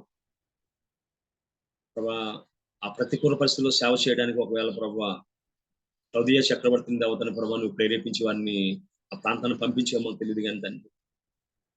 అయ్యా తండ్రి, వారు రాత్రంతా పనిచేసుకుంటూ ప్రభా సేవకుని సదుపాయాలు ఏర్పాటు చేస్తూ ప్రభా సేవకు మీద ప్రభా తండ్రి అనేకమైన ఉపద్రవాలు వచ్చినప్పుడు, ప్రమాదాలు వచ్చినప్పుడు వారితో నిలబడ్డారయ్యా. వారు తమ ప్రాణం కూడా లెక్క చేయలేదంట ప్రభు. అయ్యా వారి బట్టే కొరింథీయుల్లో సేవ జరిగిందయ్యా. సంవత్సరం 6 నెలలు ప్రభు పౌలు అక్కడ ఉండి ప్రభు సేవ చేయగలిగాడు అయ్యా. చాలా ప్రాంతాల్లో ప్రభు దూరుని దులిపి వెళ్ళిపోయాడు, వస్త్రాలు దులుపుకొని వెళ్ళిపోయాడు అయ్యా. మీ యొక్క నాశనానికి మీరే ఉత్తరవాదులని. మరి కొరింథీయుల్లో ప్రభు సంవత్సరం 6 నెలలు సేవ చేయగలిగాడు అంటే ప్రభు అకులపిస్కల ప్రభుత్వం గృహాన్ని తెరిచారు ప్రభు. నీకు వందనాలు తండ్రి. అయ్యా అట్టి కృప మాకు దయచేయమని ప్రార్థన చేస్తున్నాను తండ్రి. మా గృహాలు ప్రభువాని సేవకులు తెరవబడే కుటుంబాలుగా ఉంచమని ప్రార్థన చేస్తున్నాను తండ్రి. సేవకులతో కలిసి పనిచేసే వారుగా, సేవకులతో కలిసి ఉండగలిగే వారిగా ప్రభా మా జీవితాలు దీవించమని ప్రార్థన చేస్తున్నాను తండ్రి. మాకంటే దేవతను ప్రభా అయ్యా ఉన్నతంలో ఉన్నవారితో కలిసి పనిచేసే భాగ్యం తెచ్చండి. ఎవరైతే నూతనంగా విశ్వాసంలోకి వచ్చారో ప్రభా వారిని కూడా ప్రభా హక్కును చేర్చుకొని ప్రభా ప్రోత్సహించి ప్రభా ఒక బలమైన దేవతని ప్రభా సేవకులుగా మనం తయారు చేయడానికి ప్రభా సహాయం చేయమని ప్రార్థన చేస్తూ ఉన్నాను తండ్రి. ఇక్కడ కొంచెం అయ్యా, ఇక్కడ కొంచెం ప్రభా హక్కులని పేరు పెట్టినందుకు ప్రభా తన భుజాల మీద ప్రభా కొరింథీ సువార్త భారాన్ని మోసాడయ్యా. మీకు వందనాలు ప్రభా. ఈ వాక్యం సెలవిస్తుంది తండ్రి ప్రభా. పక్షిరాజు యవనములే కొత్త దక్కుచున్నట్టు ప్రభా పక్షిరాజు ప్రభా తన యొక్క శరీర అవయవాలు తండ్రి పాతమైనప్పుడు తండ్రి అయ్యా బండకు రాసుకొని ప్రభా నూతన అవయాలు పొందుకొని నూతనమైన సేవ చేస్తాడయ్యా. అన్ని ప్రతికూల పరిస్థితుల్లో హక్కుల్లో ప్రభా అద్భుతమైన సేవ చేశాడయ్యా. భార్య ప్రభా సహకరించిన ప్రభు నీకు వందనాలు తండ్రి. ఆ విధంగా దేవతని ప్రభా భార్యాభర్తలు కుటుంబం అంతా కలిసి మనిషి సేవ చేయగలిగే ప్రభు కుటుంబ పరిస్థితులు తండ్రి మాకు దయచేయండి అయ్యా. అయ్యా భార్య వస్తే భర్త రాక, భర్త వస్తే భార్య రాక ప్రభు కుటుంబ ప్రార్థన లేక తండ్రి ప్రభు సంఘారాధన కుటుంబం అంతా కలిసి వెళ్ళగలిగే పరిస్థితి లేని పరిస్థితుల్లో తండ్రి కుటుంబాలు ఉన్నాయి ప్రభు. అన్నాడు యెహోషువ ఏ విధంగా అయితే మీరు ఎవరిని సేవింపు కొరకు నేను ఇటువంటి యెహోవాను సేవిస్తామన్నారు. అట్టి కృప దేవతని ప్రభు ఆయన చెప్పాడు. అకులపిస్కల ప్రభు శాతంలో చూపించారయ్యా. అటు ధన్యత, అటు యోగ్యత మాకు మా కుటుంబాలకు దయచేయమని. భార్యాభర్తలు ప్రభు కలిసిమెలిసి ప్రభు పనిచేయడానికి, కుటుంబంతో కలిసి పనిచేయడానికి అయ్యా ప్రభు వాక్యం అందిన స్థలాల్లో, వాక్యం ప్రమాద పరిస్థితుల్లో ఉన్న స్థలాల్లో ప్రభు ఇబ్బందికర పరిస్థితుల్లో ప్రభు నిలబడి పనిచేయగలిగే కృప, సేవకులను ప్రోత్సహించగలిగే కృప మాకు మా కుటుంబాలకు దయచేయమని. ఇప్పుడు వాక్యం తండ్రి 30 దంతులుగా అడుగుతున్న ఫలింపు చేయమని. అయ్యా ప్రభు భావిరత్నం గారి వారి కుటుంబాన్ని పాల్గొంటున్న బిడ్డలు, నడిపిస్తున్న బిడ్డలు దీవించమని. ప్రశాంతం జరగబోతున్న ఆదివారం ఆరాధనలో మీరు ఉండమని చిన్న ప్రార్థన మా ప్రభుని ప్రియకుమారుడైన యేసుక్రీస్తు దిగునామని గడుపుకుంటున్నాం పరమ తండ్రి. ఆమేన్. అందరికి వందనాలండి. Praise the Lord brother. మరి చక్కని వాక్యాన్ని అందించిన జామీ రవికుమార్ బ్రదర్ కి మరి వర్చువల్ ప్రేయర్ ఫ్యామిలీ తరఫున వందనాలు తెలియజేస్తానండి. మరి కొరింథీ సంఘం గురించి, ద్వారాలు తెరిచిన విధానం బట్టి, అకుల ప్రిస్కిల గురించి చాలా చక్కగా వివరించారు. దయచేసి ఈ మెసేజ్లు మళ్ళీ యూట్యూబ్ లో కూడా అవైలబుల్ ఉంటాయండి. మీరు ఇంకోసారి వినాలనుకుంటే వినొచ్చు. మరి ఇప్పుడు మనం ముగింపు ప్రార్థన, పాస్టర్ మన మధ్యలో ఉన్న పాస్టర్ మురళీ బాబు గారు ముగింపు ప్రార్థన ఆశీర్వాదం ఇవ్వాల్సిందిగా కోరుతున్నానండి. పాస్టర్ మురళీ బాబు గారు.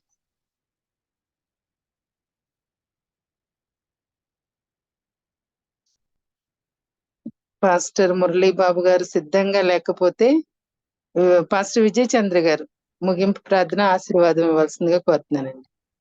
ప్రార్థన చేద్దాం. ఓకే. దయగలిగిన కృపగలిగిన శ్రేష్ఠగా బంగారు పదాలకు స్తోత్రాలు చెల్లిస్తున్నాం. ఆయన మీరు ప్రేమించిన మీ కుమార్ రవికుమారయ్య గారి ద్వారా చక్కని వర్తమానాన్ని మీరు మాకు తెలియచేశారు.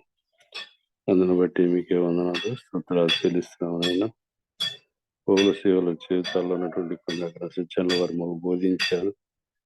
ఆయన అందును బట్టి కూడా మీకే వందనాలు స్తోత్రాలు. అలాగే జామి రవికుమార్ గారు చేసినటువంటి పరిచర్య అంతట్లో మీరు తోడుగా ఉండండి. మరి భార్యాభర్తలు వీళ్ళ కలిసి మీ సేవలో కొనసాగుతున్నారు. ఆ బిడ్డలు మీరు వికటంగా ఆశీర్వదించండి. వారికి కుటుంబ వ్యవస్థను కూడా మీరు ఆశీర్వదించండి. వారికి ఇవ్వబడిన సంఘాన్ని కూడా మీరు ఆశీర్వదించండి. మన ఆయన మా దేవ జూమ్ కొడుకులో పార్టిసిపేట్ చేసిన ప్రతి ఒక్క బిడ్డను మీరు దర్శించండి. వారి కుటుంబాల్లో దాచిన మేలు వారికి అనుగ్రహించమని ప్రార్థిస్తున్నాం. ఆయన వారి కుటుంబాల్లో ఎలాంటి అవసరాలు ఉన్నాయో మాకు తెలియదు కనుకండి. ప్రతి ఒక్కరి కుటుంబానికి కావాల్సినటువంటి అక్కలు తీర్చే దేవుడు మీరు కనుక ఆయన ప్రతి మనవిని మీ పాశ్చాత్యం పెడుతూ ఉండగా మీరే సహాయం దయచేయమని ప్రార్థిస్తున్నాం. ఆయన మరి ఒక పర్యాయం జామి రవికుమార్ని మీకు జ్ఞాపకం చేసుకున్నామండి. ఆయన మా దేవ ఆ బిడ్డ ద్వారా ఇంకా గొప్ప పరిచర్య జరగటానికి, అనేక మంది మారు మనసు అనుభవం నడవటానికి, మీరు రాజ్య వారసులు కావటానికి పౌరులాగా బిడ్డను మీరు వాడుకోమని మా కొర సెలవులో తన ప్రాణాన్ని బలిగి పెట్టిన మా ప్రభువును మీ ప్రియ కుమారుడు మా ప్రాణ రక్షకుడు విమోచకుడు వేస్తున్నామని అడిగి వేడుకొని ప్రార్థిస్తున్నాము తండ్రి. ఆమేన్. పరలోక ప్రార్థన చేసుకుందామండి. పరలోకం ఉందన్న మా తండ్రి, నీ నామం పరిశుద్ధపరచబడును గాక, నీ రాజ్యం వచ్చును గాక, నీ చిత్తం పరలోకం ముందు నెరవేర్చినట్లుగా భూమి అందును నెరవేరును గాక. మనదిన ఆహారం మాకు దయచేయం. వాళ్ళ అపరాధములు చేసిన వారిని మీకు క్షమించిన ప్రకారం మా అపరాధములు క్షమించు. శోధన నీకు తేక దుష్టుని తప్పించు. రాజ్యము శక్తి మహిమ నిరంతరం మీరు ఎన్నారు తండ్రి. ఆమేన్. పరమ తండ్రి అనే దేవుని ప్రేమ, కుమారుడని శ్రీక్రీస్తు వారి కృప, ఆదరణకర్తైన పరిశుద్ధాత్మ దేవుని సహవాసం కుడికిలో చేరిన ప్రతి బిడ్డకును, అలాగే నేను తర్వాత తదుపరి యూట్యూబ్ ద్వారా వర్తమానం విన్న బిడ్డలకు కూడాను సదాకాలము చోటు నడిపించును గాక. ఆమేన్. ఆమేన్. ఆమేన్. వందనాలండి. ఆమేన్. థ్యాంక్ యూ అయ్య గారు. మరి వాక్యం అందించిన జామి రవికుమార్ అయ్య గారికి, అట్లాగే మరి ప్రార్థించిన పాస్టర్ మురళీ బాబు గారికి వందనాలండి. ఇవన్నీ కూడా యూట్యూబ్ లో అవైలబుల్ ఉంటాయండి. సేమ్ ఇదే లింక్ కి ప్రతిదినము జాయిన్ అవ్వాల్సిందిగా కోరుతున్నాను. Have a nice day. Thank you అండి. ప్రార్థన ముగించుకుందాం.